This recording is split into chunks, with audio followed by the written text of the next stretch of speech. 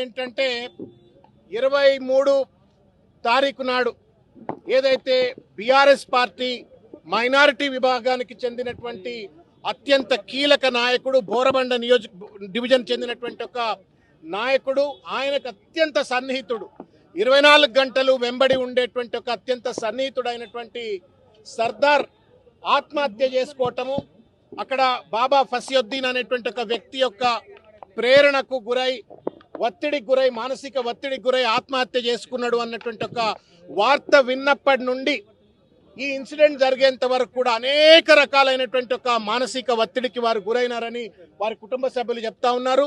తినమంటే తినకుండా, నిద్రపోకుండా ఎప్పుడు సర్దార్నే తలుచుకుంటూ నా కుడి భుజం పోయింది అని చెప్పని బాధపడ్డాడు అని చెప్పని వాళ్ళ కుటుంబ సభ్యులు చెప్తా ఉన్నారు.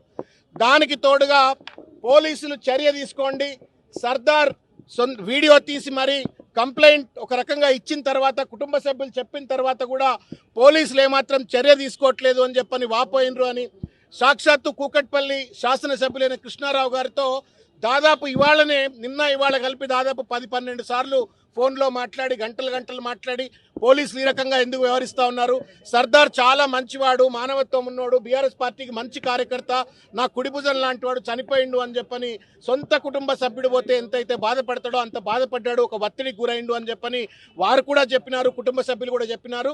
మొత్తానికి మానసిక ఒత్తిడితో ఆ స్ట్రెస్కు తట్టుకోలేక ఈరోజు ఈ యొక్క దుస్థితి ఇవాళ మాగంటి గోపీనాథ్ గారికి వచ్చింది. భగవంతుడిని మేము బీఆర్ఎస్ పార్టీ కార్యకర్తలుగా, నాయకులుగా మేమంతా ప్రార్థిస్తా ఉన్నాం. ఐసీయూలో ట్రీట్మెంట్ జరుగుతూ ఉంది. సో డాక్టర్లు వచ్చే 48 గంటల పాటు ఆయనను చాలా జాగ్రత్తగా పరిశీలిస్తాం అని చెప్పారు. సో దేవుడి దయ వల్ల అంతా బాగా జరుగుతుంది. వారు మంచిగా తిరిగి మళ్ళీ ప్రజా జీవితంలో యాక్టివ్గా ఉంటారనే నమ్మకం ఉంది. రైట్ నౌ మరి అందరు సీనియర్ డాక్టర్ల పర్యవేక్షణలో వారికి పూర్తి స్థాయిలో వైద్యాన్ని డాక్టర్లు అందిస్తా ఉన్నారు. ఏంటంటే 23 తారీఖు నాడు ఏదైతే బీఆర్ఎస్ పార్టీ మైనారిటీ విభాగానికి చెందినటువంటి అత్యంత కీలక నాయకుడు, బోరబండ డివిజన్ చెందినటువంటి ఒక నాయకుడు, ఆయనకు అత్యంత సన్నిహితుడు, 24 గంటలు వెంబడి ఉండేటువంటి ఒక అత్యంత సన్నిహితుడైనటువంటి సర్దార్ ఆత్మహత్య చేసుకోవటము, అక్కడ బాబా ఫసియుద్దీన్ అనేటువంటి ఒక వ్యక్తి యొక్క ప్రేరణకు గురై, ఒత్తిడికి గురై, మానసిక ఒత్తిడికి గురై ఆత్మహత్య చేసుకున్నాడు అన్నటువంటి ఒక వార్త విన్నప్పటి నుండి ఈ ఇన్సిడెంట్ జరిగేంత వరకు కూడా అనేక రకాలైనటువంటి ఒక మానసిక ఒత్తిడికి వారు గురైనారని వారి కుటుంబ సభ్యులు చెప్తా ఉన్నారు.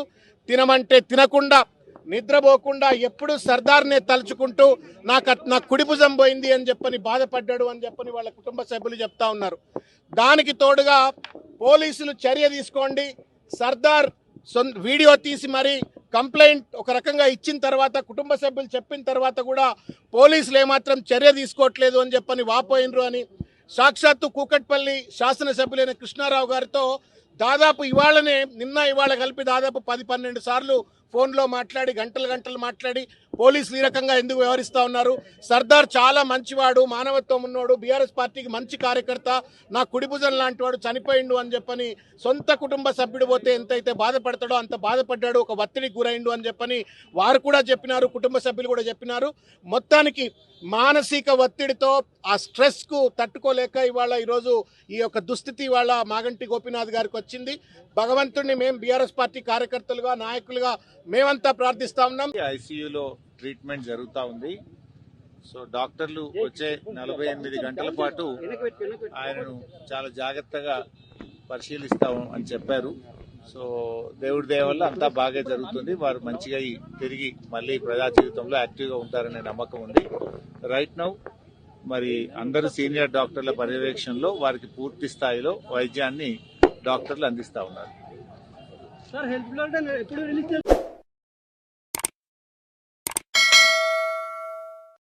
Hi friends, thank you for watching this video. ఈ వీడియో గనుక మీకు నచ్చినట్లయితే దయచేసి లైక్ చేయండి, షేర్ చేయండి. ముఖ్యంగా మా ఛానల్ 24/7 న్యూస్ టీవీని సబ్స్క్రైబ్ చేసుకోండి. ఆ తర్వాత మీ విలువైన అభిప్రాయాల్ని, మార్పులు, చేర్పులు, కావాల్సిన వీడియో ఏమన్నా ఉంటే మన వీడియో కింద కామెంట్ సెక్షన్లో కామెంట్ రూపంలో తెలియజేయండి. నమస్కారం, సాయిదంచిక మాట్లాడుతున్నాను. ప్లీజ్ సబ్స్క్రైబ్, షేర్, లైక్ చేయండి 24/7 టీవీ ఛానల్. హాయ్ నమస్తే, నేను మీ Sonia Akula. Please subscribe to 24/7 news TV. Hi అండి, అందరికీ నమస్తే. నేను Mankota Prasad. Please do subscribe 24/7 news TV. Political, entertainment and infotainment updates కోసం like, share, subscribe 24/7 news TV.